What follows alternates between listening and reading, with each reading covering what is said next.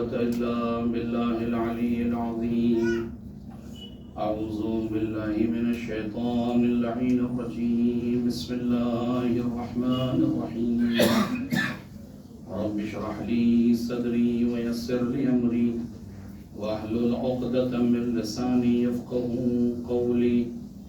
الحمد لله الذي لم يتخذ صاحبة ولا ولدا ولم يكن له شريك في الملك ولم يكن له ولي من الذل وكبره تكبيرا. اللهم صل على محمد وعلى محمد. والصلاة والسلام والتحية والإكرام على الرسول النبي الأمي الذي أرسله بالحق بشيرا ونذيرا وداعيا إلى الله بنبوته وسراجا منيرا.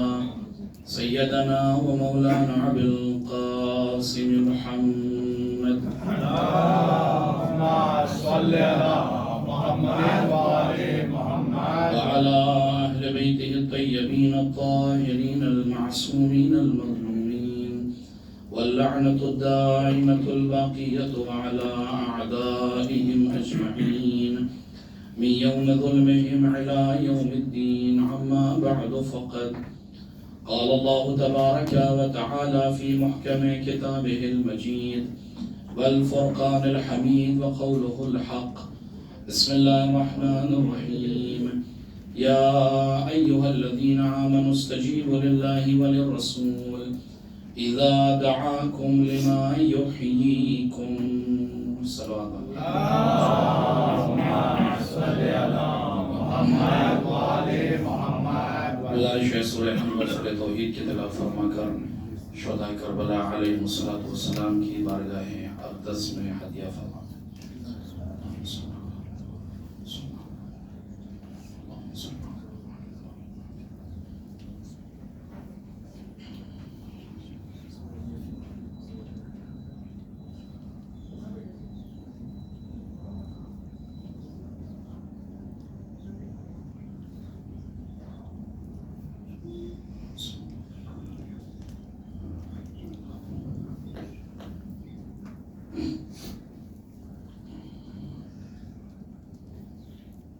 محمد وعلى محمد صلوا على محمد وعلى محمد. 1446 ہجری کے اس ماہ محرم کے عشر اولا کی اس شب کی غالباً اس عشر اولا کی آج کی آخری مجلس. انشاءاللہ کل اعمال عاشورہ بھی ہوں گے اور اس کے بعد نماز ظہرین مجلس عزا کا بھی انعقاد ہے اور اس کے بعد شام غریبہ بھی مجلس عزا کا انعقاد ہے. انشاءاللہ آپ حضرات اس میں تشریف لا کر جناب محمد سلام اللہ علیہ کو ان کے خانوادے کا غصہ پیش کریں گے. مستقل پچھلے دنوں جس موضوع کا انتخاب کیا اور اس پر آپ کی خدمت میں مختصر انداز میں کچھ بیان کرنے کی کوشش کی کہ جہاں کربلا اور ہمارے زندگی کے مسائل یہ عنوان تھا. ظاہر سی بات ہے کہ زندگی میں انسان کے بہت سے مسائل ہیں اور ان 10 روزہ مجالس میں ان مسائل کا حل پیش نہیں کیا جا سکتا تھا. لہذا کوشش یہ رہی کہ ان تمام مجالس میں آپ کی خدمت میں وہ کلیدی چیزیں، وہ بنیادی چیزیں جو انسانی زندگی کے لیے بہت زیادہ مؤثر اور ضروری ہیں، ان کی طرف اپنے نوجوانوں کے اذہان کو متوجہ کرا سکوں. مجھے نہیں پتا میں کس حد تک اس مرحلے میں کامیاب رہا، لیکن خداوند متعال سے دعا گو ہوں کہ پروردگار اس مختصر سی خدمت کو اپنی بارگاہ میں بنحو احسن، اس امام بارگاہ میں جو بھی خطابت ہوئی، جو سماعت ہوئی، جو نوحہ خوانی، مرثیہ خوانی یا جس نے بھی جس عنوان سے خدمت انجام دی، پروردگار عالم بحق زہرا سلام اللہ علیہ ان تمام افراد کی خدمت کو قبول فرما. اس لیے کہ یہ طے شدہ بات ہے کہ یہ ہمارے بس میں نہیں ہے. میں مستقل کہہ رہا ہوں کہ یہ خدمت چاہے وہ خطابت کے عنوان سے ہو، سماعت کے عنوان سے ہو، یا کسی بھی عنوان سے ہو، ہم اور آپ اس خدمت میں اپنا حصہ دے تو سکتے ہیں، لیکن جو بزرگ علماء کا نظریہ ہے کہ یقیناً اس خدمت میں شہزادی کا انتخاب ضرور ہوتا ہے. اور اس میں ہم سب کو اس بات کا خیال رکھنا چاہیے کہ جب خدمت میں جو چیز ہمارے لائق ہے یا جو چیز بھی ہماری قسمت میں لکھی ہوئی ہے اس کو انجام دینے میں ہمیں فخر محسوس کرنا چاہیے. یہ ضروری نہیں ہے کہ مجمع کثیر تعداد میں ہو تو میں بعنوان خطیب یہ کہوں کہ آج جب مجمع زیادہ ہوگا تبھی میں خطاب کروں گا، اور جب مجمع کم ہوگا یا مجمع نہیں ہوگا تو میں اس جگہ مجلس ہی پڑھنے نہیں جاؤں گا. مثلا اس لیے کہ خود ایران میں تہران کے جو خطابت کے صف اول کے علماء ہیں، میں ان کا نام نہیں لینا چاہ رہا اس وقت، انہوں نے یہ واقعہ بیان کیا ہے کہ ایک خاتون مجھ سے آئی اور آنے کے بعد اس نے کہا کہ آغا میں چاہتی ہوں کہ آپ میرے گھر میں مجلس کو خطاب کریں. تو انہوں نے جواب دیا کہ میری ڈائری جو ہے اس وقت فل ہے، میرے پاس وقت نہیں ہے کہ میں آپ کے یہاں مجلس پڑھنے آ سکوں. آنے والی خاتون نے کہا کہ جو بھی آپ کے پاس وقت ہے وہ وقت مجھے دے دیجئے، میں اس وقت اپنے گھر میں مجلس کرنے کے لیے ریڈی اور تیار ہوں گی. انہوں نے دیکھا تو ظہرین کی نماز کے بعد 2 بجے کا وقت خالی تھا، تو انہوں نے کہا کہ ٹھیک ہے 2 بجے کا وقت انہوں نے دیا. اور ذہن میں آیا ہوگا ہو سکتا ہے 2 بجے کا وقت ایسا وقت ہے کہ خود ہی بانی مجلس منع کر دے گی اس وقت کیا مجلس منعقد کرنا. لیکن یہ کہتے ہیں کہ میں گیا تو دیکھا کہ فرش عزا بچھی ہوئی ہے اور وہ تنہا خاتون اس فرش عزا پہ بیٹھی ہوئی ہے اور ایک ٹیبل رکھا ہوا ہے. اور جب میں پہنچا تو خاتون نے کہا بسم اللہ، یہی ممبر کے عنوان سے آپ کو اس کو استفادہ کرنا ہے اور میں سننے والی ہوں اور جو بھی آ جائے. چلے میں نے مجلس شروع کی. آخر مجلس تک 4 سے 5 لوگ ہو پائے. 2-3 دن میں نے اس مجلس کو خطاب کیا. چوتھے دن میں نے اس سے کہا کہ ایسا ہے کہ کل سے میں کسی خطیب کو آپ کی خدمت میں بھیج دوں گا، آپ پریشان نہ ہوئیے گا، وہ آ کر مجلس کو خطاب کریں گے. خاتون نے کہا کہ آقا میری خواہش یہ تھی کہ آپ ہی اس مجلس کو خطاب کرتے ہیں. انہوں نے کہا کہ نہیں، میں شاید میں مشغول ہو جاؤں، لہذا میں کسی کو بھیج دوں گا، وہ آپ کی اس مجلس کو پڑھ دیں گے. کہا ٹھیک ہے آپ کی جیسی مرضی. خطیب صاحب چلے گئے.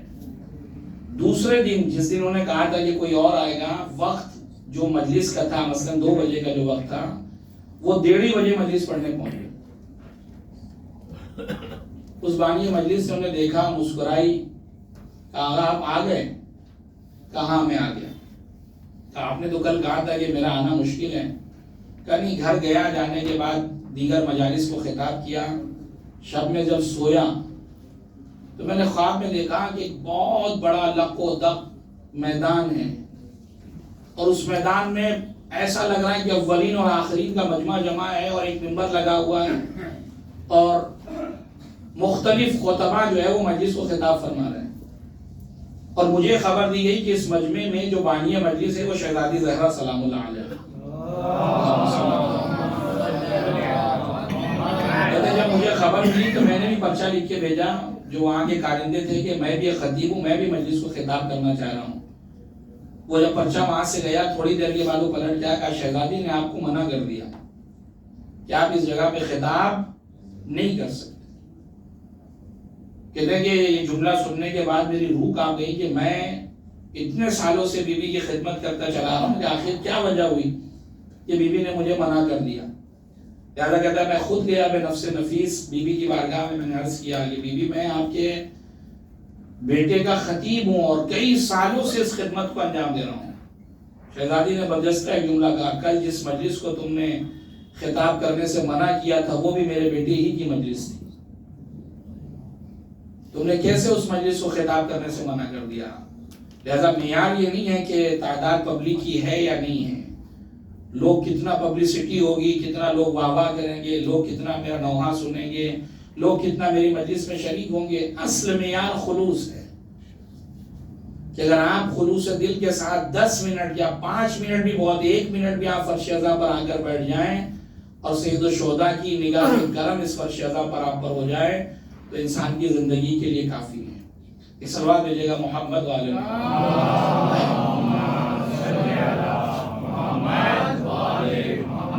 لہٰذا اس موضوع کے عنوان سے آپ کی خدمت میں جو گفتگو ہوئی اور خلاصہ کلام اگر میں آج آپ کی خدمت میں ذکر کروں کہ جو اہم پوائنٹس تھے اس عشرے کے، تاکہ نوجوانوں کے ذہن میں وہ بات رہے، اور انشاءاللہ آج کے عنوان سے کچھ گفتگو ہوگی. اور بات میں نے شروع یہاں سے کی تھی کہ زندگی نام کس چیز کا ہے. اگر انسان زندگی کے معنی کو سمجھ جائے تو اس کے لیے زندگی گزارنا بڑا آسان ہو جائے گا. چونکہ بہت سے لوگ زندگی کے معنی کو سمجھ نہیں پائے، لہذا وہ خودکشی یا دیگر چیزوں کی طرف آگے بڑھ گئے. لہذا نتیجہ یہ نکلا تھا بحث کا کہ زندگی نام ہے در حقیقت دینداری کا.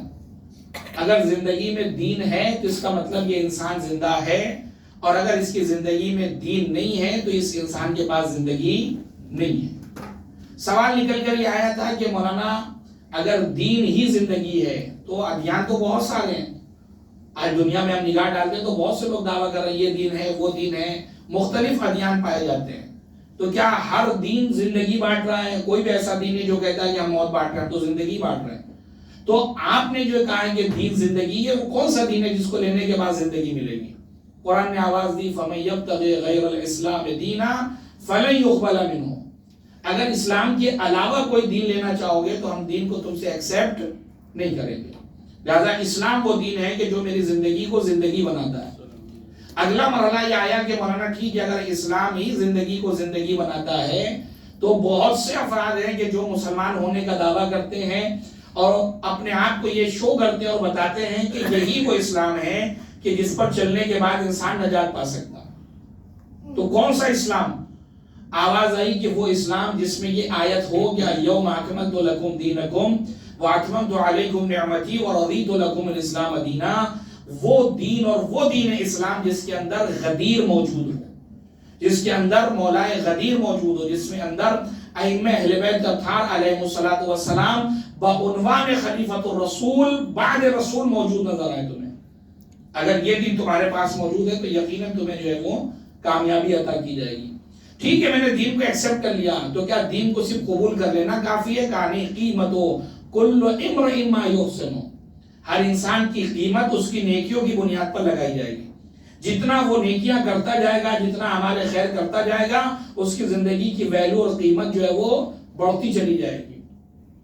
اس کے بعد آپ کی خدمت میں یہ بھی بیان کیا کہ انسان کی زندگی جس میں بہت سی چیزیں اہمیت کی حامل ہیں، لیکن کچھ بنیادی چیزیں ہیں جس کی طرف معصومین علیہ الصلوۃ والسلام نے ہماری ہدایت فرمائی ہے، وہ اس زندگی میں ہونا ضروری ہے. اس میں سب سے پہلی چیز کی صحت البدن، بدن کی سلامتی بہت ضروری ہے. لہذا اس عنوان سے اسلام نے مفصل گفتگو کی ہے اور یہ کوشش کی ہے کہ ہمارا ماننے والا جسمانی اور روحانی دونوں اعتبار سے سالم رہے. دوسری چیز امن.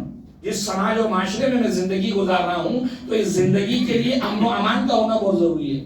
اگر خوف و ہراس ہوگا، دہشت گردی پائی جائے گی تو ظاہر ہے کہ اس زندگی میں کوئی لطف نہیں ہوگا، وہاں وہ زندگی کا مزہ انسان نہیں اٹھا سکتا. لہذا اسلام نے اس حوالے سے بھی ایک مفصل گفتگو کی ہے کہ امن کتنا ہماری زندگی میں ضروری ہے.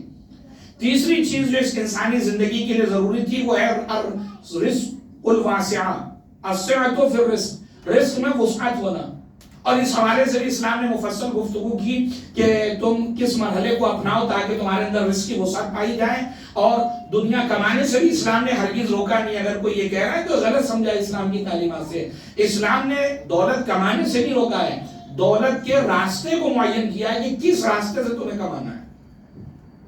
لہذا اس راستے کو مجھے دیکھنا ہوگا، اس لیے کہ اسلام نے کہیں نہیں روکا کہ آپ دولت مند نہیں بنے. بہت اچھی بات ہے. چھٹے امام کی خدمت میں ایک شخص آیا، فرزند رسول میں چاہتا ہوں کہ بہت بڑا آدمی بن جاؤں، میں بہت ساری دولت کماؤں. کیا یہ دین کے منافی ہے، دین کے خلاف ہے؟ کیا یہ آخرت میں یہ صرف دنیا داری ہے؟ امام نے کہا یہ بتا، یہ جو دولت تو کمانا چاہ رہا ہے کس نیت سے کمانا چاہ رہا ہے؟ کہتا مولا میں اس لیے کمانا چاہ رہا ہوں تاکہ اپنے اہل و عیال کے آرائش میں جو ہے وہ آشائش میں وسعت دوں، ان کی زندگی کو جو ہے بہتر سے بہتر بنا سکوں، غربا کی مدد کروں، حج بیت اللہ کے لیے جا سکوں. امام نے کہا اسی کا نام تو آخرت ہے، یہ دنیا نہیں ہے، اسی کا نام آخرت ہے. اگر تم اس نیت سے دولت کو حاصل کر رہے ہو کہ تم اپنے اہل و عیال کے اندر وسعت پیدا کرو اور اپنے امور خیریہ کو انجام دو، تو یقیناً اسی کا نام آخرت ہے، یہ دنیا نہیں ہے، یہ اسی کا نام آخرت ہے۔ اللہ نے کئی بار نہیں منع کیا کہ تم دنیا حاصل نہ کرو، دنیا میں بھیجا ہی اسی لیے کیا ہے تاکہ تم دنیا کے ذریعے سے آخرت کو سنوار سکو۔ یہ دنیا اس لیے خلق نہیں ہے کہ آپ دنیا سے بیزاری اختیار کریں، نہیں، دنیا ضروری ہے۔ دنیا کی جو مذمت کی ہے معصومین نے وہ اس عنوان سے کہ دنیا کو مورد نظر نہ قرار دو۔ دنیا تمہارا ہدف نہیں ہے، دنیا تمہارا ذریعہ ہے۔ یعنی اگر اور آسان لفظوں میں اپنے بچوں کے لیے کہوں تو دنیا ایک برج ہے، دنیا ایک پل ہے، تمہیں اس جگہ سے اس جگہ جانا ہے۔ لیکن اگر کوئی دنیا میں مثلا برج پہ آ کر رک جائے تو آپ کیا کہیں گے کہ عجیب احمق آدمی ہے، یہ برج پہ چڑھائی کیوں تھا جب اس کو ادھر سے ادھر جانا تھا؟ برج بنائی کیوں ہے؟ برج بنایا ہی اس لیے جاتا ہے تاکہ ایک انسان اس جگہ سے دوسری جگہ جا سکے۔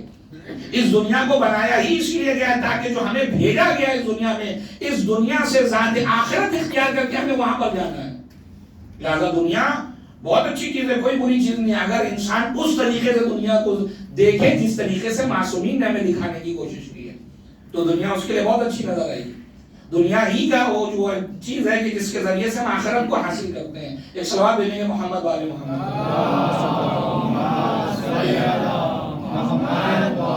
اس کے بعد گفتگو ہوئی انیس الموافق پر، کہ انسانی زندگی میں انیس موافق کا ہونا ضروری ہے، اور اس انیس موافق میں زن و شوہر دونوں شامل ہیں، اس کے بعد بیٹا اور بیٹی دونوں شامل ہیں، اس کے بعد ایک اچھا دوست جو ہے وہ شامل ہے، کہ اگر انسان ہو تو اسے انیس موافق کہتے ہیں۔ اور اس کے بعد کا اگلا مرحلہ تھا جو سب سے زیادہ ضروری تھا انسانی زندگی میں، وہ ہے سکون کا ہونا۔ یہ سکون کیسے حاصل ہوگا؟ قرآن کی آیتوں سے میں نے کچھ چیزیں آپ کی خدمت میں عرض کی تھی کہ یہ سکون حاصل ہوگا تلاوت قرآن سے، یہ سکون حاصل ہوگا دعاؤں سے، یہ سکون حاصل ہوگا نمازوں سے۔ یعنی اگر آپ پھر خلاصہ کرنا چاہیں تو یہ سکون حاصل ہوگا دین کی پابندی سے۔ دین کے قوانین پر جتنا پابند بنتے جائیں گے اتنا سکون حاصل ہوگا، اتنی زندگی آسان بنتی چلی جائے گی۔ اور کل کی گفتگو جو میں نے انسانی زندگی کے لیے بہت زیادہ ضروری چیز کی وہ ہے علم کا ہونا۔ اگر اس زندگی میں علم نہ ہو تو پھر بہت سے مسائل جو سلجھ بھی رہے ہوں گے تو وہ الجھتے نظر آئیں گے۔ اگر انسان کی زندگی میں علم نہ ہو، جہالت بھری ہوئی ہو، اس لیے معصومین نے اتنی تاکید کی علم حاصل کرنے کی کہ جتنا تمہارے پاس علم ہوگا اتنا تم مسائل کو آسانی سے سلجھانے کی کوشش کرو گے۔ لہذا یہ علم انسانی زندگی کے لیے ضروری ہے، اس کے بغیر انسانی زندگی کہلانے کا حق نہیں رکھتی۔ اسی لیے رسول نے فرمایا اطلبوا العلم من المهد الى اللحد، تمہاری زندگی کی شروعات ماں کی آغوش سے ہو رہی ہے، انتہا تمہاری آغوش قبر میں ہو رہی ہے، اور اس درمیان میں جو اللہ نے تمہیں زندگی دی ہے اس زندگی کو اسی وقت زندگی کہا جائے گا جب تمہارے پاس علم ہوگا۔ لہذا فرمایا علم کی ابتدا وہاں ہے، انتہا وہاں ہے۔ اور کیا کہنا اہل بیت اطہار علیہ السلام کا، اور کیا کہنا دین مبین اسلام کا، کہا دیکھو مر بھی جاؤ گے تو ہمارا یہ کرم ہوگا تمہارے اوپر کہ مرنے کے بعد بھی ہم تمہیں زندہ تصور کریں گے، اور ایسا زندہ بنائیں گے کہ عملی طور سے نشان بھی تمہیں دیں گے، عملی طور سے تمہیں بتائیں گے بھی کہ جب قبر کی تنہائیوں میں لٹا دیے جاؤ گے دنیا تمہیں مردہ سمجھ رہی ہوگی، لیکن ہم تلقین کے ذریعے سے اعلان کریں گے اسمع افہم، اے جانے والے سن اور سمجھ۔ یہ سن اور سمجھ کا جملہ کہلانا بتا رہا ہے کہ اسلام نے بھی سے مرنے نہیں دیا ہے۔ اگر اسلامی تعلیمات کے حساب سے گیا ہے تو یہ سننے کی بھی صلاحیت رکھتا ہے، سمجھنے کی بھی صلاحیت رکھتا ہے۔ صلوات بھیجیے گا محمد والے محمد۔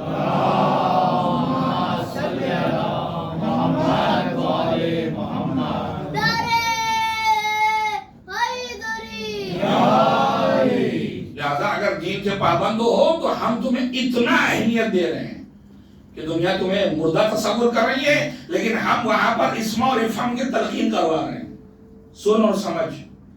یعنی یہ زندگی کی علامت ہے سننا سمجھنا۔ ٹھیک ہے ظاہری جسم اور روح میں جدائی ہو گئی وہ ایک الگ بحث ہے، لیکن زندگی کی علامتوں میں سے ایک علامت ہے سننا اور سمجھنا۔ لہذا اسلام نے اس علم کے حوالے سے بہت زیادہ زور دیا ہے اور اسے ہمیں حاصل کرنا ہوگا۔ اور کل ایک بہت ہی لطیف بات میں نے آپ کی خدمت میں عرض کی تھی، اس پر کوشش کریں گے کہ غور کریں، اس پر اپنی سماج اور معاشرے میں اپنے علاقے میں تھوڑا سا اس کو بڑھائیں کہ جو ہمارا معیار سماعت ہے اس کو تھوڑا سا اور بلند کرنے کی ضرورت ہے۔ ہمیں اپنی کلاس کو اوپر لانا ہوگا، ہمیں وہ مطالب مجالس اعظام میں سننا شروع کرنا ہوگا جن مطالب کو آج تک ہم نہیں سننا چاہ رہے تھے۔ لہذا تھوڑا سا مزاج میں تبدیلی لانی ہوگی اور اس عنوان سے ایسے عناوین علماء کو خطبہ کو دیے جائیں تاکہ جو نوجوان فرش ازا تک آ رہا ہے اس کے اندر علمی حوالے سے ترقی ہو، وہ اپنے آپ کو ایک کلاس بالا میں فرض کرے کہ میں ایک بنیادی اگلی والی کلاس میں آ چکا ہوں، لہذا اس لیول کی گفتگو ہونی چاہیے۔ مثال کے طور پر مثلا ایک نوجوان نے آ کے مجھ سے کہا کہ مولانا بہت سے لوگوں سے میں نے شب عاشور ہاتھ ملایا تو انہوں نے ہاتھ کھینچ لیا اپنا، تو یہ عمل انتہائی غیر مناسب ہے۔ اگر آج کی شب ہو یا کل کا روز ہو، اور مسافرے کی جہاں تک بات ہے، آپ اگر اپنے مراجع اعظام سے فتویٰ پوچھیں گے تو تقریباً علماء کا فتویٰ یہ ہے کہ اگر آپ کے علاقے میں، آپ کے اس حصے میں جہاں بھی آپ زندگی گزار رہے ہیں، ہاتھ کا ملانا خوشی کی علامت ہے تو مت ملائیے۔ اگر آپ یہ سمجھتے ہیں کہ ہاتھ ملانے سے لوگ یہ سمجھتے ہیں کہ اس کو خوشی ہو رہی ہے تو آپ کو ہاتھ نہیں ملانا چاہیے، چونکہ یہ خوشی کا اظہار نظر، اور نہیں ملانا چاہیے کا مطلب یہ نہیں کہ حرام ہو گیا اس کے اوپر۔ تہذیب اور ادب یہ ہے کہ میرے علاقے میں یہ خوشی کی علامت ہے اس لیے میں نے ترک کر دیا، لیکن اگر میرے علاقے میں یہ خوشی کی علامت نہیں شمار کی جاتی تو پھر تو وہ مذائقہ بھی ختم ہو گیا۔ لیکن اگر کسی نے حسب عادت ہاتھ بڑھا دیا ہے اور آپ اپنا ہاتھ کھینچ رہے ہیں، یہ گویا اس بندے مومن کو آپ نے تحقیر کی نگاہ سے دیکھا ہے۔ بس اوقات تو میں نے خود سنا ہے لوگ ڈانٹتے تھے کہ تمہیں اتنا بھی نہیں پتا روزے عاشور ہاتھ ملا دو۔ یہ جملے کہنے کی ضرورت نہیں ہے، وہ بندے خدا وہ جان بوجھ کے نہیں عمل کر رہا ہے۔ اگر آپ کے علاقے میں ایسا ہے ہاتھ اس نے بڑھا دیا تو آپ ملا دیے، کوئی قیامت نہیں آ رہی کہ کوئی حرام کام اس نے کر دیا کہ آپ اس کو اتنی بری طریقے سے ڈانٹ رہے ہیں۔ لہذا اس مسئلے پر غور کرنے کی ضرورت ہے، علم و آگاہی ضروری ہے۔ جب علم و آگاہی آتی جائے گی تو مسائل خود بخود سلجھتے جاتے ہیں۔ سارا مسئلہ جہالت کا ہے کہ جب آدمی جہالت کے سائے میں زندگی کو گزارنا پسند کرتا ہے تو پھر مسئلے الجھتے جاتے بجائے سلجھنے کے۔ ایک صلوات دیجیے گا محمد والے محمد۔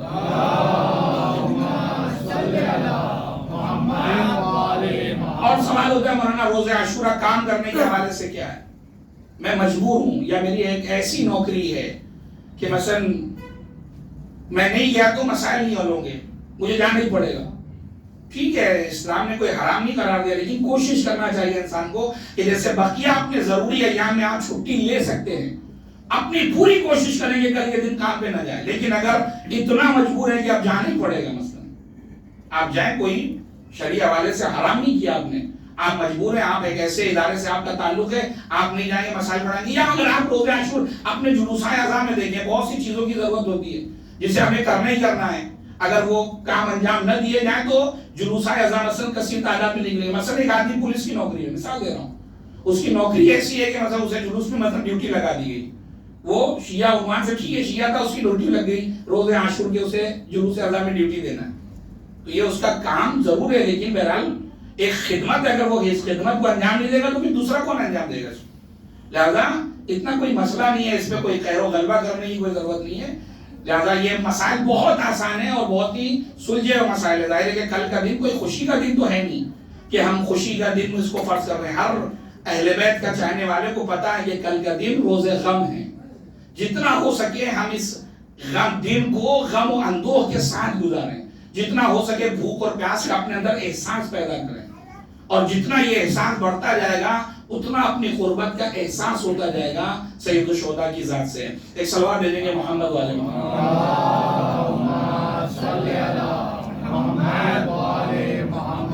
لہذا علم بہت زیادہ ضروری ہے اس زندگی کے حوالے سے۔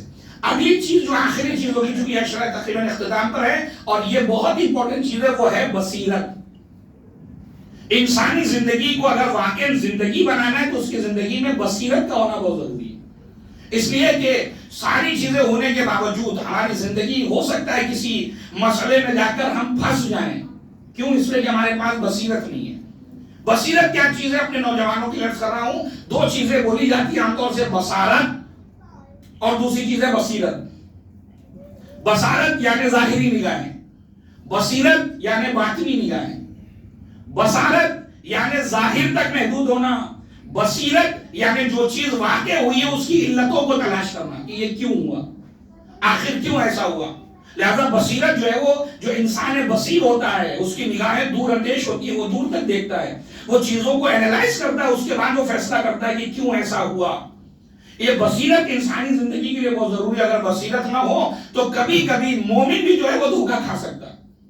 بصیرت اگر نہ ہو تو اس کے پاس دھوکہ کھانے کے بہت سے امکانات موجود ہیں. اس لیے کہ جو بصیرت رکھنے والا ہوتا ہے انسان, اسے دنیا کے اس طرف کی دنیا بھی نظر آتی ہے کہ ہاں اس دنیا سے اس طرف بھی کوئی دنیا ہے جو میری زندگی کے لیے ضروری ہے.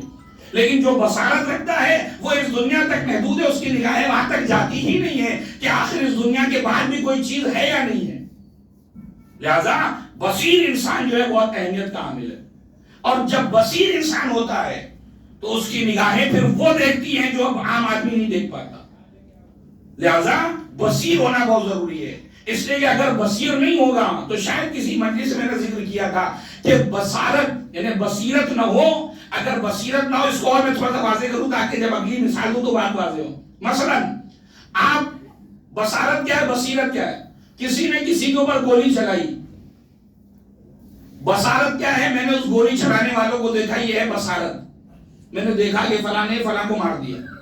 بصیرت کیا ہے؟ بصیرت یہ ہے کہ یہ بندوق کس نے اس کے ہاتھ تک پہنچائی.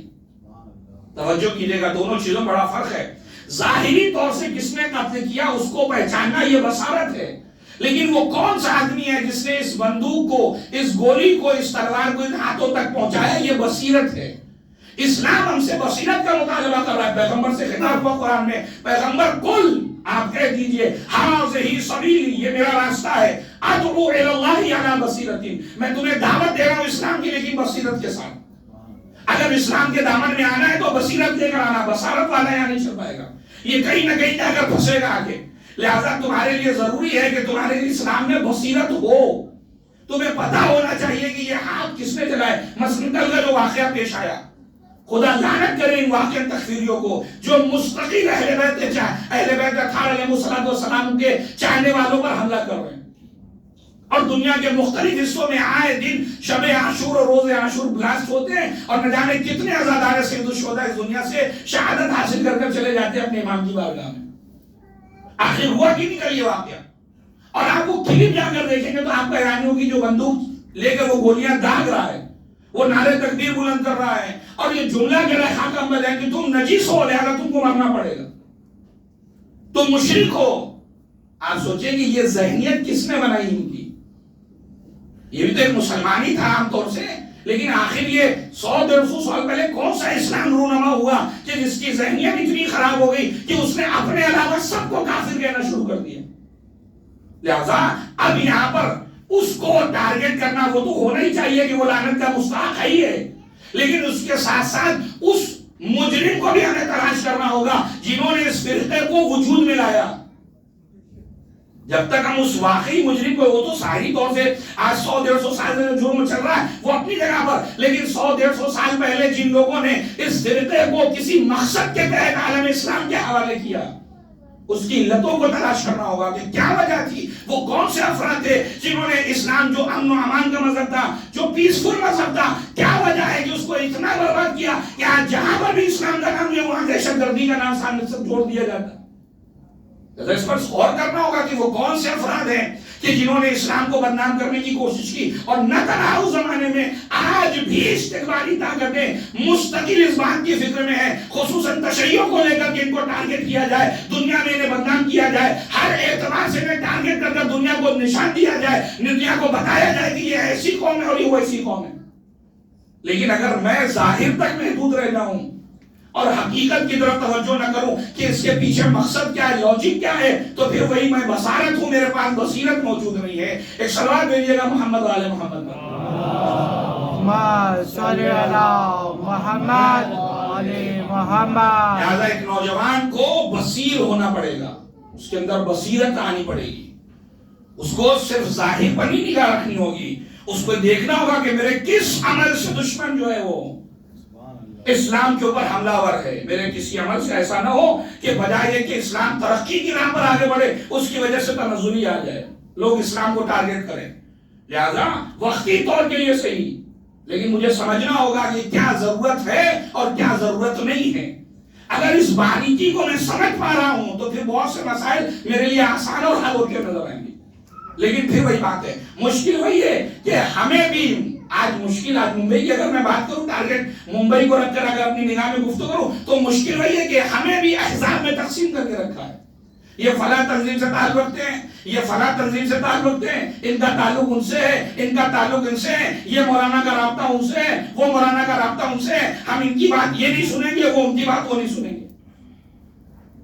لہذا ہوتا کیا ہے کہ درمیان میں سب اپنے اپنے احزاب کے حوالے سے گفتگو ہوتی ہے، درمیان میں جو اصل بنیاد ہے اہل بیت اطہار علیہ السلام کہ آخر ان کا کیا نظریہ وہ بھی تو بیان کر دو کہ اہل بیت اطہار علیہ السلام ہم سے کیا چاہتے ہیں۔ اور جب اہل بیت اطہار علیہ السلام کی فکر معیار ہوگی، اسی لیے مولانا نے فرمایا تھا اعرف الحق تعرف اہلا، تمہاری مشکل یہ ہے کہ تم شخصیتوں کے ذریعے سے اسلام کو سمجھنے کی کوشش کرتے ہو کہ میرا تعلق مولانا حافظ رضا سے، لہذا جو یہ پڑھیں گے وہی صحیح ہوگا، اس کے علاوہ سب غلط ہے۔ فلاں کا تعلق فلاں مولانا سے، فلاں حزب سے، جو وہ پڑھ دے وہ صحیح ہے، باقی سب غلط ہے۔ ایمان کرے نہیں، شخصیتوں کے ذریعے سے اسلام کو نہیں سمجھو، پہلے خود اسٹڈی کرو، پڑھو، حق کو سمجھو، جب حق سمجھ جاؤ گے تو تمہارے لیے خود واضح ہو جائے گا کہ یہ حق ہے، اور جو حق کے اطراف میں ہے وہ اہل حق ہے۔ لہذا پھر تمہیں پچھتانے کی ضرورت نہیں پڑے گی کہ ان کا ساتھ کیوں دے دیا اور ان کا ساتھ کیوں دے دیا۔ ایک صلوات دے دیے گا محمد والے محمد، صلی اللہ محمد والے محمد۔ اور حق کون ہے؟ حق ہے اہل بیت اطہار علیہ السلام، اور بس اہل بیت اطہار علیہ السلام سے ہٹ کر کوئی گفتگو اگر ہو رہی ہے تو پھر وہاں مسئلہ ہے، پھر وہاں سوچنے کی ضرورت ہے۔ اس لیے کہ کوئی کتنا ہی بڑا کیوں نہ ہو، کتنی ہی بصیرت اس کے اندر کیوں نہ ہو، کتنا ہی بصیر ہو، لیکن اگر کہیں پر بھی اہل بیت کی معیت میں ذرہ برابر بھی کمی آئے تو وہ لائق احترام نہیں رہتا۔ میں مثال دے رہا ہوں آپ کو تاکہ اور بات واضح ہو نوجوانوں کے لیے۔ زبیر کے بارے میں کس نے نہیں سنا؟ کون ہے یہ؟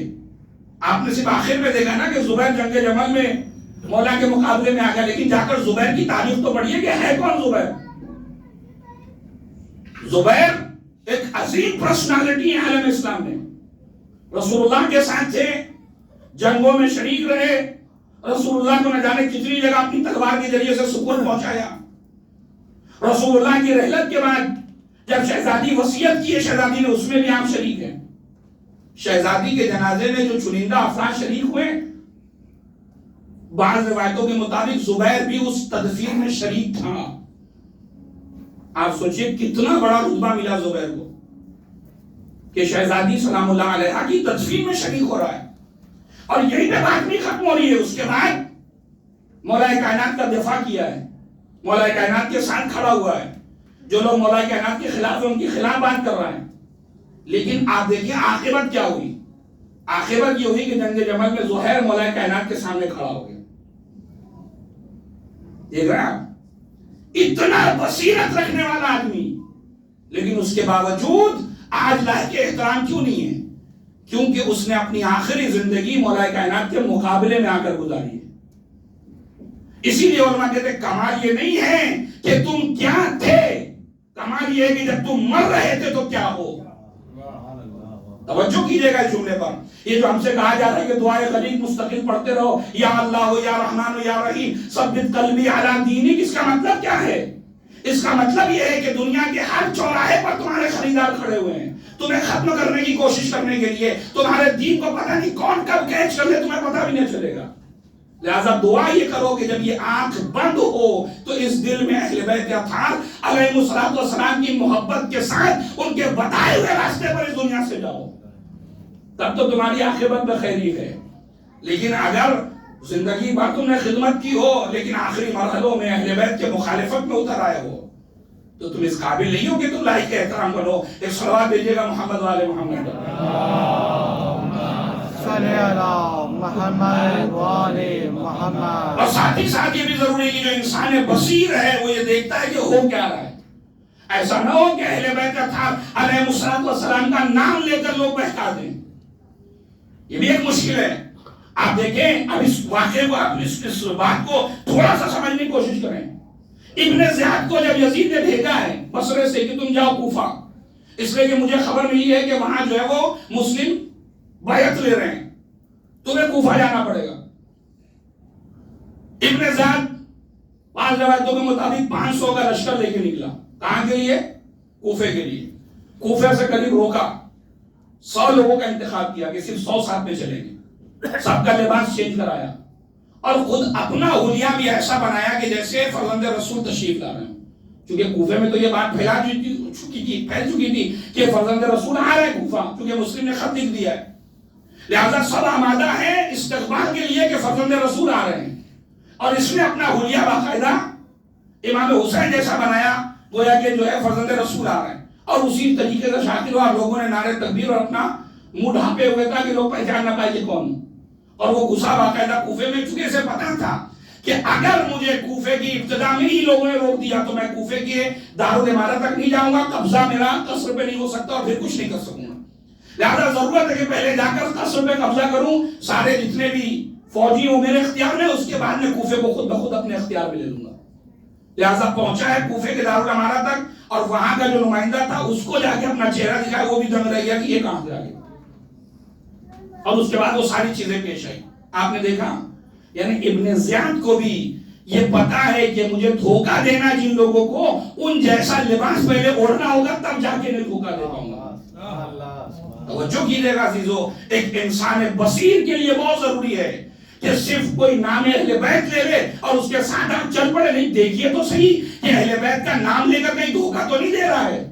آپ ادھر پچھلے 1 سال سے 1.5 سال سے میں مثال بھی آپ کو دے دوں، یوٹیوب پہ نہ جانے شیطان یاری جیسا شخص کتنے دنوں سے بیٹھا لوگوں کو بہکا رہا تھا. اور لوگ کتنے نوجوان میرے پاس آ کر بات کرتے ہیں، مولانا کیا ڈیبیٹ کرتا ہے، زبردست مزہ آ جاتا ہے سننے کے بعد.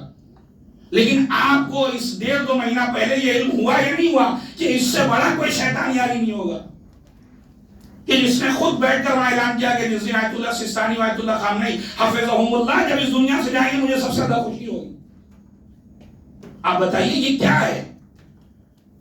صرف زبان چرب زبانی سے 2-4 نقطے سن لینے سے ہمیں سوچتے بس یہی ہے، باقی تو سب ختم ہو گیا معاملہ. نہیں عزیزان گرامی، اگر کوئی اہل بیت کا نام لے رہا ہے تو تنہا اہل بیت کا نام لینا کافی نہیں ہے. یہ دیکھیں کب تک وہ اہل بیت کے مشن کو آگے لے کر چل رہا ہے. اگر اہل بیت کے مشن کو آگے لے کر چل رہا ہے تو اس کا مطلب یہ ہے کہ وہ اس قابل ہے کہ اس کو سنا جائے. لیکن اگر اہل بیت کا مخالف ہے، وہ کوئی بھی ہوا کرے، وہ اس قابل نہیں ہے کہ وہ لائے کہ احترام ہو اس کو ہم بیٹھ کے سنیں. ایک سوال بھیجیے گا محمد والے محمد پر.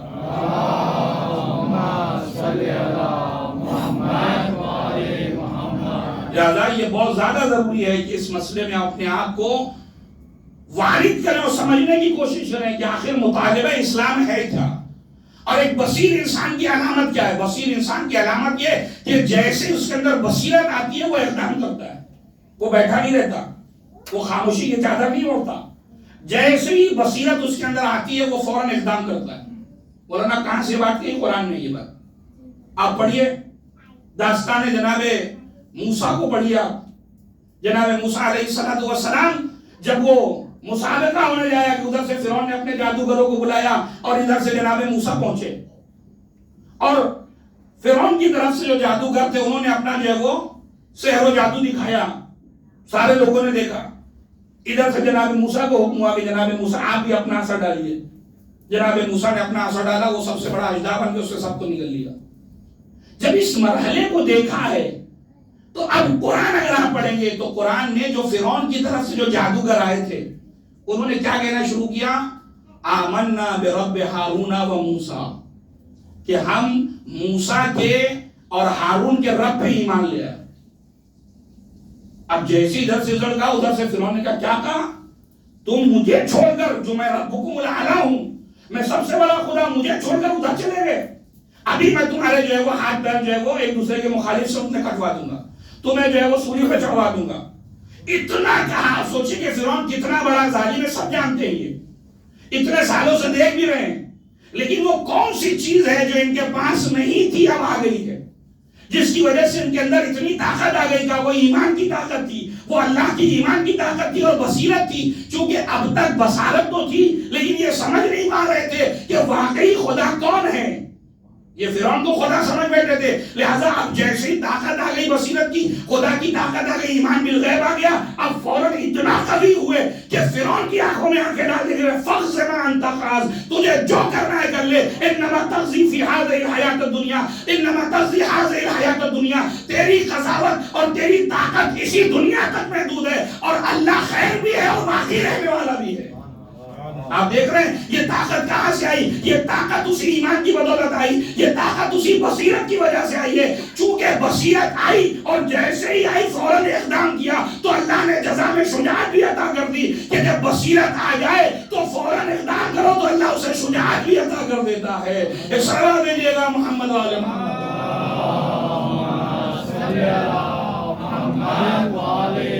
جو کرنا ہے کر لے، ہم تو اس کی طرف آ گئے کہ اب خیر اور ابقا ہی ابقا ہے، اب تو اس کی جانب ہے کہ جو باقی رہنے والا ہے۔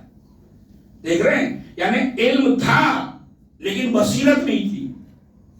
لگا یہ ایک مثال ہے، علم ہوتے ہوئے بصیرت نہیں تھی، جب بصیرت آیا تو اقدام کر دیا۔ اور بہت سے آپ کو ملیں گے جن کے پاس واقعی علم نہیں لیکن بصیرت کی دولت ہے ان کے پاس، اور بصیرت کے لیے آنکھوں کا ہونا بھی ضروری نہیں ہے۔ عبداللہ ابن عفیف نابینا ہیں، لیکن جب ابن زیاد نے خطبہ دیا ہے کوفے میں آ کر اور کہتا ہے کہ شام سے ایک لشکر آ رہا ہے ابھی، دیکھیے نابینا ہے، بصارت بھی نہیں ہے، بصیرت تو چھوڑیے آپ، لیکن نابینا یعنی بصیرت کے لیے ان آنکھوں کا ہونا ضروری نہیں ہے، ظاہری طور سے نابینا ہے۔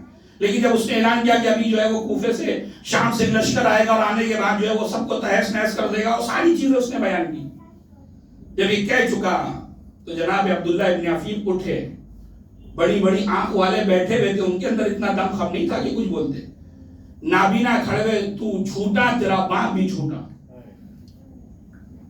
تو بھی جھوٹا تیرا باپ بھی جھوٹا، آخر تو کس کو ڈرا رہا ہے؟ فرزند رسول جب یہاں آئیں گے تو ہم سب ان کی خدمت میں حاضر ہوں گے۔ اور اس طریقے سے جناب عبداللہ ابن عفیف نے خطاب کیا کہ پورا خطبہ جو ہے وہ تہس نہس کر دیا ابن زیاد کا، اور آخر میں مجبور ہوا ابن زیاد نے کہ پکڑو اس کو، کون ہے یہ؟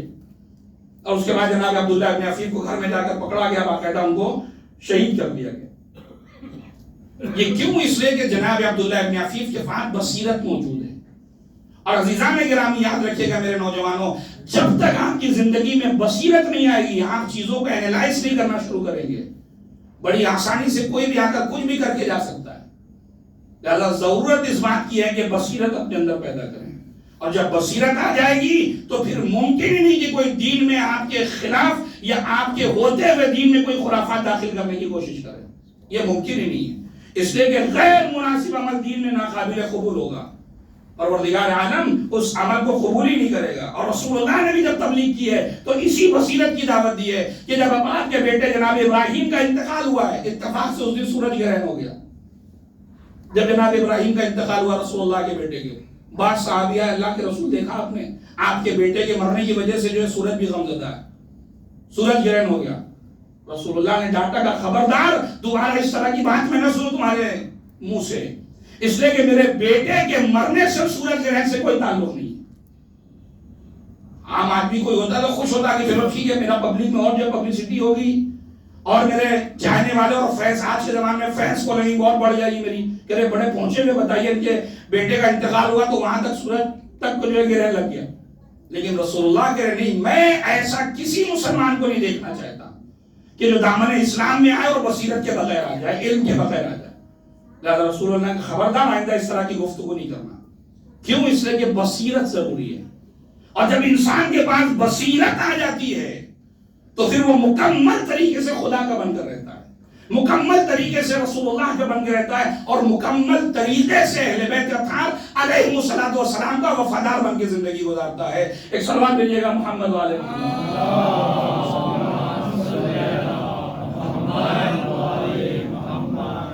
بس عزیزان گرامی،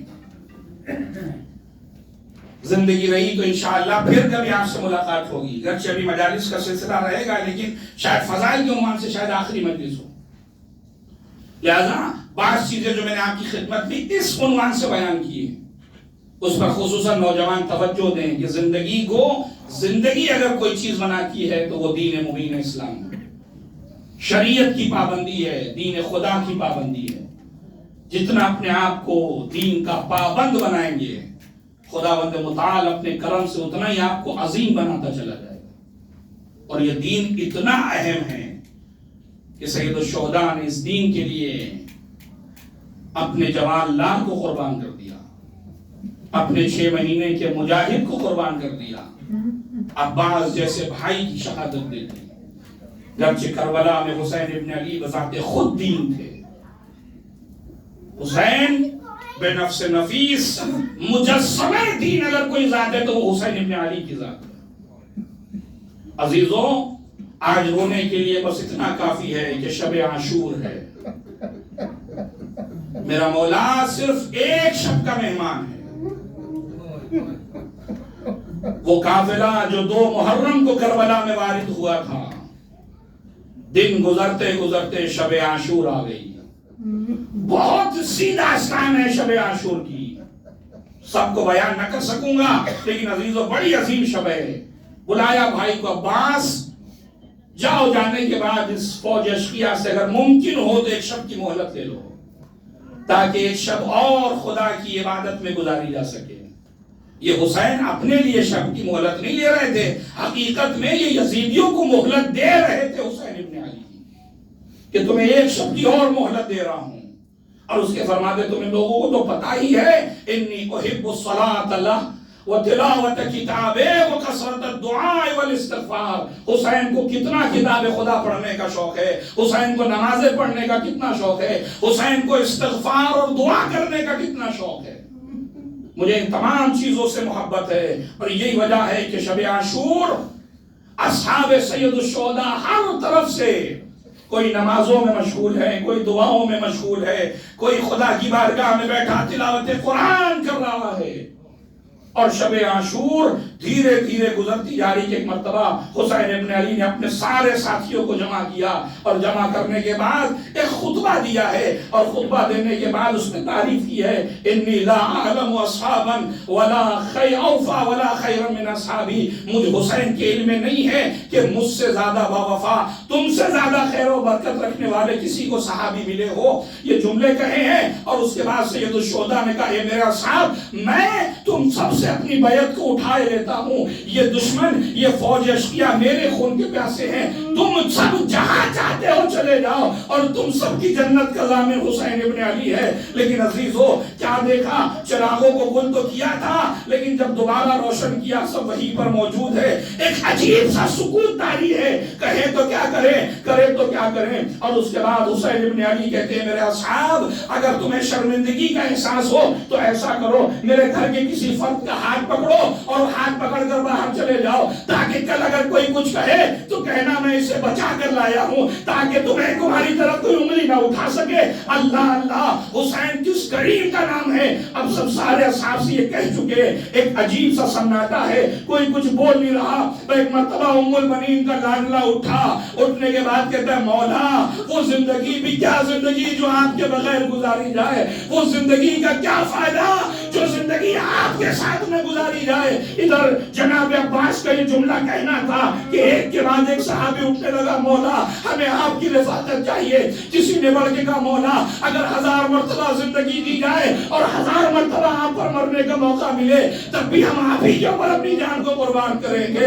اجرکم اللہ، یہ گفتگو ہو ہی رہی تھی کہ حسین نے سب کو جزائے خیر دی کہ اللہ تم سب سے راضی ہو۔ ہاں واقعا تم ایسے اصحاب ہو کہ یہ کہنا صحیح ہے کہ جیسے اصحاب مجھے ملے، نہ میرے بابا کو ملے، نہ میرے نانا کو ملے۔ ہاں عزیزو، یہ باتیں ختم ہوئی اور اصحاب اپنے اپنے مسلح پر ہیں، اپنے اپنے خیمے میں ہیں، لوگ عبادتوں میں زندگی گزار رہے ہیں۔ شب عاشور ڈھلتی جا رہی ہے، گرچہ شاعر نے کیا خوب کہا ہے، اے شب عاشور آج نہ ڈھلنا، ورنہ جس کی صبح میں زینب اجڑ جائے گی۔ اور یقیناً یہ ساری چیزیں ہو ہی رہی تھی کہ ایک مرتبہ شب کا سناٹا آیا اور امام حسین اپنے خیمے سے نکلے اور مقتل کی جانب جا ہی رہے تھے کہ ایک مرتبہ میرے مولا نے محسوس کیا کہ کوئی ہے جو امام حسین کے پیچھے چلا آ رہا ہے۔ پلٹ کے دیکھا تو کیا دیکھا؟ نافع ابن ہلال ہے جو چلے آ رہے ہیں۔ امام کہتے ہیں، نافع کہاں آ رہے ہو؟ کہا، مولا میں جب سے بیٹھا ہوں آپ کے خیمے کو صرف دیکھ رہا ہوں کہ کوئی آپ کے خیمے پہ حملہ نہ کرے۔ اب جب آپ رات کے سناٹے میں نکلے ہیں تو میں نے یہ سوچا کہیں دشمن آپ کو اکیلا پا کر آپ پہ حملہ نہ کر دے، اس لیے آپ کے پیچھے آ گیا۔ امام کہتے ہیں، نافع آئے ہو تو آؤ چلو۔ ایک مرتبہ امام نافع کو لے کر مقتل میں آئے ہیں۔ اب عزیزو کیا گفتگو ہو رہی ہے؟ ہاں یہ وہ جگہ ہے جہاں میرا یتیم حسن اس جگہ پر ایڑیا رگڑے گا، یہ وہ جگہ ہے جہاں میرا بھائی عباس اپنی آخری سانس کو لے گا، یہ وہ جگہ ہے جہاں میرا کڑی الجوان ایڑیاں رگڑے گا۔ مقتل میں ایک ایک جگہ بتاتے جا رہے ہیں اور ایک جگہ سے بڑی تیزی سے گزرے، شاید کہنا چاہ رہا ہوں نافع یہ جگہ رکنے کی نہیں ہے، یہ وہ جگہ ہے جہاں میری ماں دکھیاری ماں بیٹا گریا کر رہی ہے، اے نافع جلدی سے گزر سکتے اجرکم اللہ۔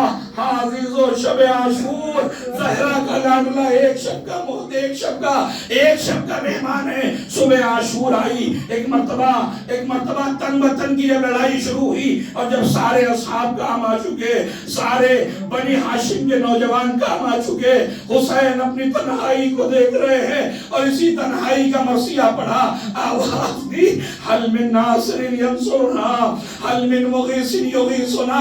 اس نعرے کا بلند کرنا تھا کہ خیمے سے آوازوں کا آنا شروع ہو گیا۔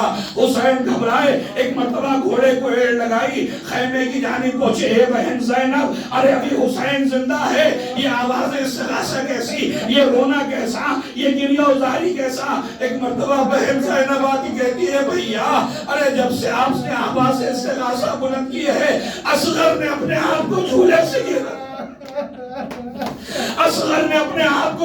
سے گرا دیا۔ اے بھیا یہ بچہ کسی کی گود میں نہیں آتا۔ ایک مرتبہ یہ جملہ کہنا تھا، حسین سمجھ گئے، اصغر کا اشارہ سمجھ گئے، کہا اے بہن جاؤ میرے اصغر کو لے آؤ، میں کوشش کرتا ہوں کہ اس فوج اشقیاء سے پانی کا مطالبہ کروں، شاید کوئی آ کر اسے پانی پلا دے۔ رباب سے بچے کو لیا، حسین گھوڑے پہ سوار ہوئے، دھوپ بہت زیادہ تیز تھی، اس پھول سے بچے کو ایک مرتبہ چادر میں لپیٹا، اپنی ابا کو ڈالا اور حسین فوج اشقیاء کی طرف چلے۔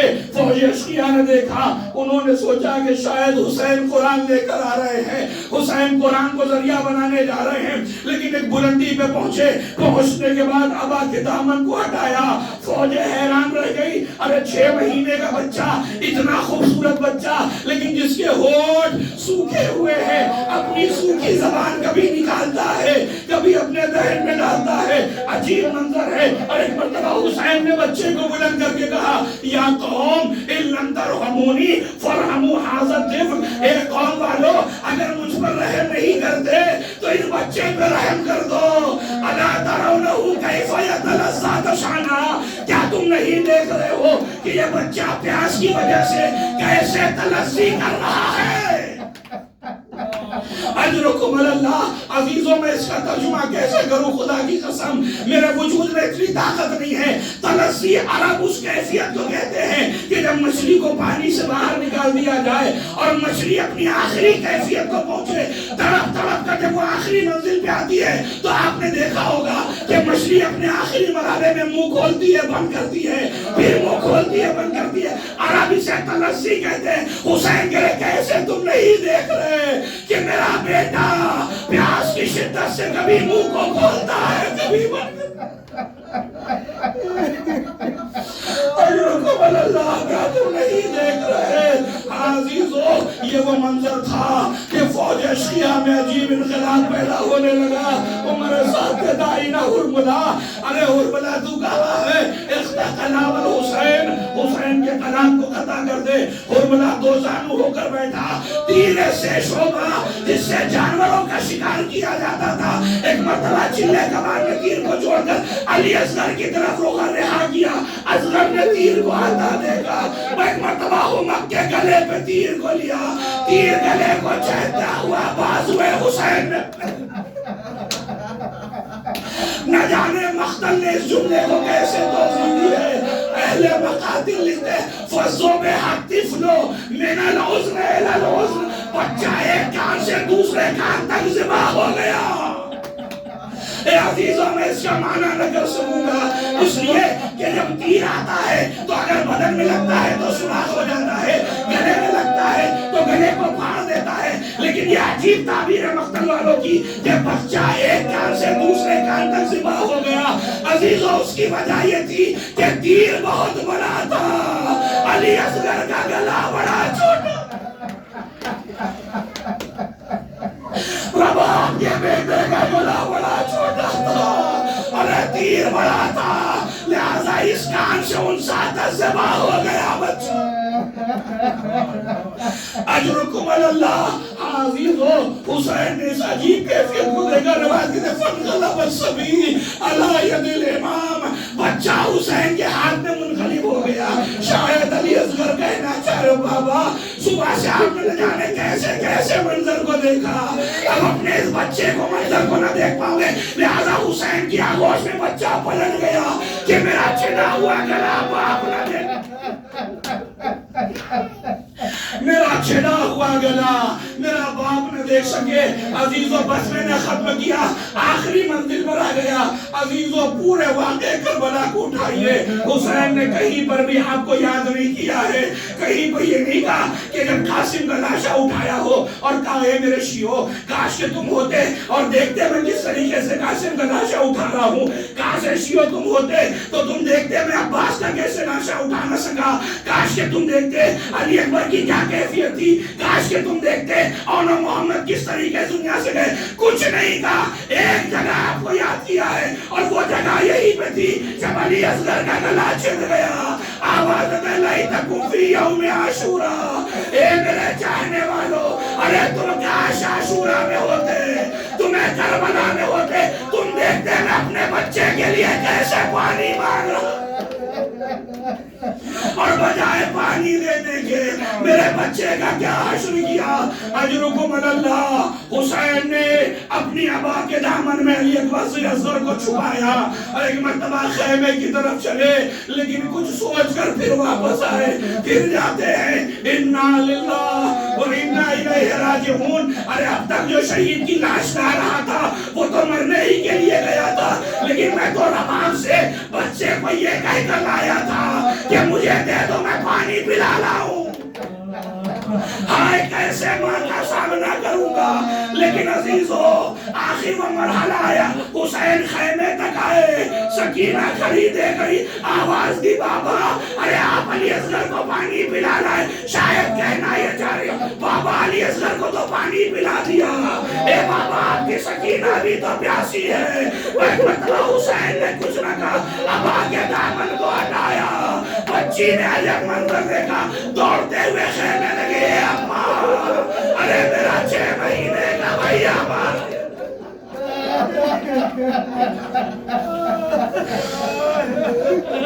اے بابا ارے میرا 6 مہینے کا بھیا مار دیا گیا. اجرکم اللہ. ایک مرتبہ مادری دوڑی خیمے تک آئی. ام مثلو کا ینہر, اے میرے لال علی اصغر کیا تو جیسے بچے بھی نہر کیے جاتے ہیں. اجرکم اللہ. بازی سو آخر روایت اور آپ کی زحمت تمام کر رہا ہوں. روایت کے فکرے ہیں کہ امام حسین نے اپنی زندگی میں جناب علی اصغر کو خیمے کے پشت پر دفن کر دیا. واحد ایک شہید ہے جس کو حسین ابن علی بعض علماء کے مطابق خیمے کی پشت پر دفن کر دیا.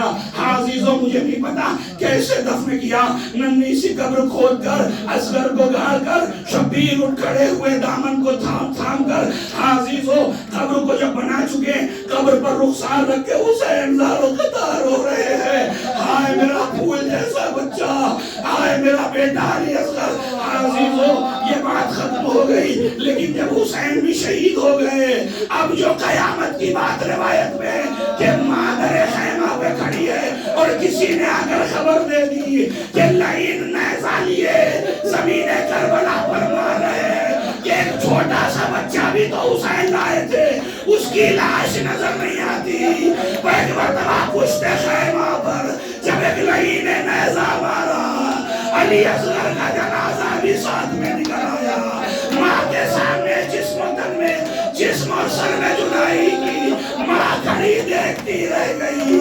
ہائے میرا بیٹا, ارے ایک نہیں 2 مرتبہ ذبح ہو گیا, تیر اور ملا سے ذبح کیا گیا, نیزے کی علی سے باہر نکالا گیا. رباب چیختی رہی, اے میرے خدا کیا اتنے بچوں کے ساتھ ایسا ظلم ہوتا ہے. اے خدا علی اصغر کی قربانی کو قبول.